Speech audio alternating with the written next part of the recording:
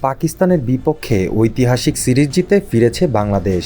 এই সফরের আগে তাদের বিপক্ষে টেস্টে কোনো জয়ই ছিল না। এখন আছে সিরিজ জয়ের স্মৃতি। শুধু সিরিজই নয়, রাওয়ালপিন্ডিতে স্বাগতিকদের ধবলধোলাই করেছে টাইগাররা। এমন আনন্দের উপলক্ষে এনে দেয়া ক্রিকেটাররা গেল রাতে দেশে ফিরেছেন। এরপর বিমানবন্দরে অধিনায়ক নাজমুল হোসেন শান্তকে কথা বলতে হয়েছে সাকিব আল হাসানকে নিয়ে।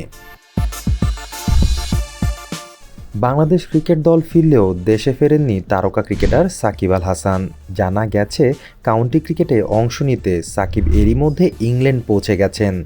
এছাড়াও রাজনৈতিক পরিস্থিতির কারণে সাকিব সহসাই দেশে ফিরছেন না। সাবেক সংসদ সদস্য সাকিবের নামে খুনের মামলা এবং তাকে দেশে ফেরাতে আইনি নোটিশ বিসিবিতে পাঠানো হয়েছে। বিসিবিও পাল্টা নোটিশ পাঠিয়ে নিজেদের অবস্থান পরিষ্কার করেছে। সাব জানিয়েছেন, দোষী সাব্যস্ত না হওয়া পর্যন্ত সাকিব খেলা চালিয়ে যাবেন।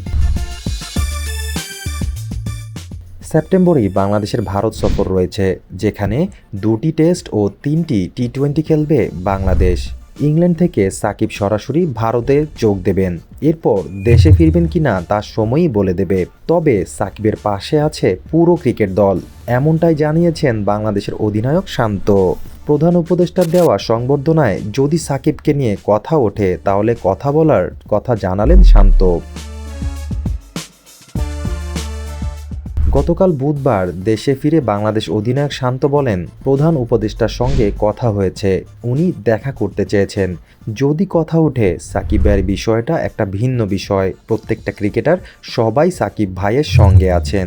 আমরা বিষয়টা জানি, সাকিব ভাই দলের জন্য কতটা ত্যাগী, খেলার জন্য কতটা পাগল, সবসময় দলের জন্য খেলার জন্য চিন্তা ভাবনা করেন। যদি এটা নিয়ে কথা ওঠে, হ্যাঁ অবশ্যই প্রত্যেকটা ক্রিকেটার সাকিব ভাইয়ের পাশে আছে।